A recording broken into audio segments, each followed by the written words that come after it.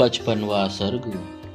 अपने 100 पुत्रों और सारी सेना के नष्ट हो जाने पर विश्वामित्र का तपस्या करके महादेव जी से दिव्यास्त्र पाना तथा उनका वशिष्ठ जी के आश्रम पर प्रयोग करना एवं वशिष्ठ जी का ब्रह्मदंड लेकर उनके सामने खड़ा होना।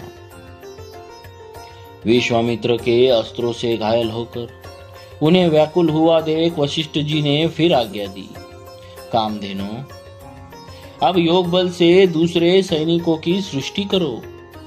तब उन गौ ने फिर हुंकार किया। उसके हुंकार से सूर्य के समान तेजस्वी काम्बोज उत्पन्न हुए।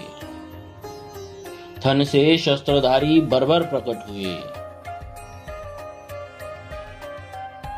योनि देश से यवन और शकुत देश गोबर के स्थान से शक उत्पन्न हुए।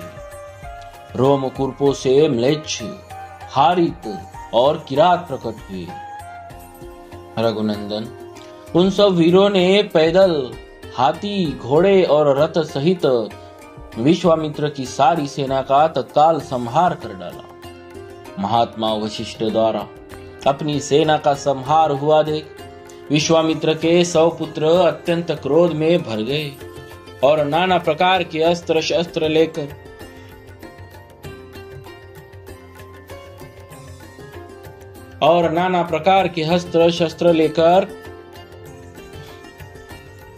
जप करने वालों में श्रेष्ठ वशिष्ठ मुनि पर टूट पड़े। तब उन महर्षि ने हुंकार मात्र से उन सब को जलाकर भस्म कर डाला।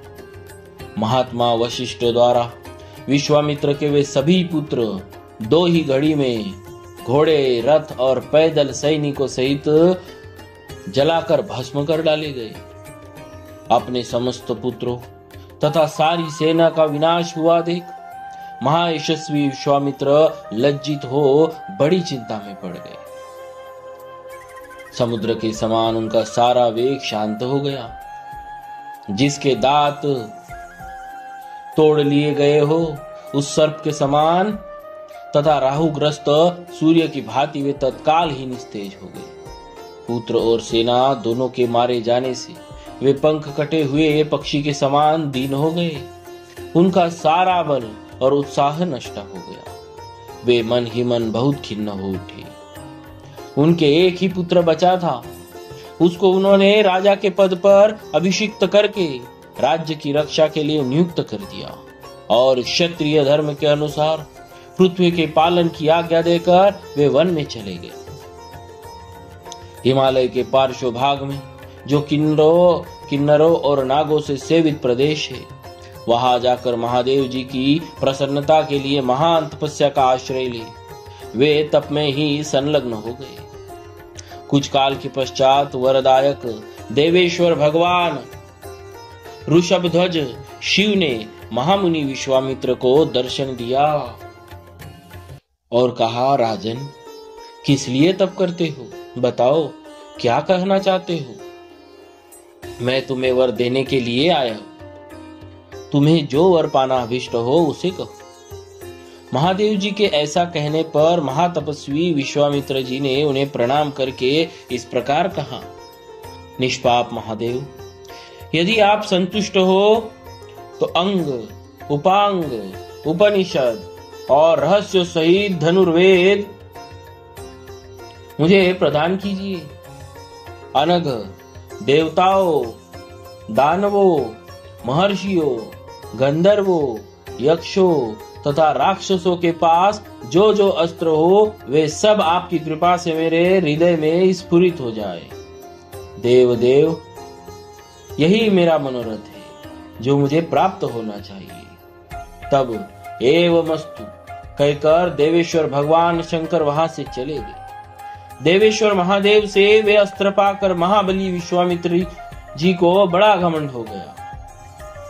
वे अभिमान से भर गए। जैसे पूर्णिमा को समुद्र बढ़ने लगता है, उसी प्रकार से वे पराक्रम द्वारा अपने को बहुत बड़ा चढ़ा मानने लगे।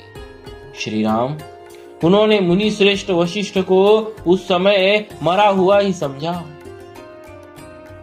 फिर तो वे पृथ्वीपति विश्वामित्र वशिष्ठ के आश्रम पर जाकर भांति भांति के अस्त्रों का प्रयोग करने लगे, जिनके तेज से वह सारा तपोवन दग्ध होने लगा। बुद्धिमान विश्वामित्र के उस बढ़ते हुए अस्त्र तेज को देखकर वहां रहने वाले सैकड़ों मुनि भयभीत हो संपूर्ण दिशाओं में भाग चले। वशिष्ठ जी के जो शिष्य थे वे वहां के पशु और पक्षी थे। वशिष्ठ जी के जो शिष्य थे जो वहां के पशु और पक्षी थे, वह सहस्त्रों प्राणी भयभीत हो नाना दिशाओं की ओर भाग गए। महात्मा वशिष्ठ का वह पूरा आश्रम सूना हो गया। दो ही घड़ी में ऊसर भूमि के समान उस स्थान पर सन्नाटा छा गया। वशिष्ठ जी बार बार कहने लगे, डरो मत, मैं अभी इस गादी पुत्र को नष्ट किए देता हूं, ठीक उसी तरह जैसे सूर्य कुहासे को मिटा देता है। जपने वालों में श्रेष्ठ महातेजस्वी वशिष्ठ ऐसा कहकर उस समय विश्वामित्र जी से रोष पूर्वक बोले, अरे तूने चीरकाल से पाले पोसे तथा हरे भरे किए हुए इस आश्रम को नष्ट कर दिया, उजाड़ डाला, इसीलिए तू दुराचारी और विवेक शून्य है और इस पाप के कारण तू कुशल से नहीं रह सकता। ऐसा कहकर वे अत्यंत क्रुद्ध हो धूम रहित कालाग्नि के समान उद्दीप्त हो उठे और दूसरे यमदंड के समान भयंकर दंड हाथ में उठाकर तुरंत उनका सामना करने के लिए तैयार हो गए। इस प्रकार श्री वाल्मीकि निर्मित आर्ष रामायण आदि काव्य के बालकांड में 55वां सर्ग पूरा हुआ। बोलिए श्री सीताराम जी महाराज की जय। भक्तवत्सल भगवान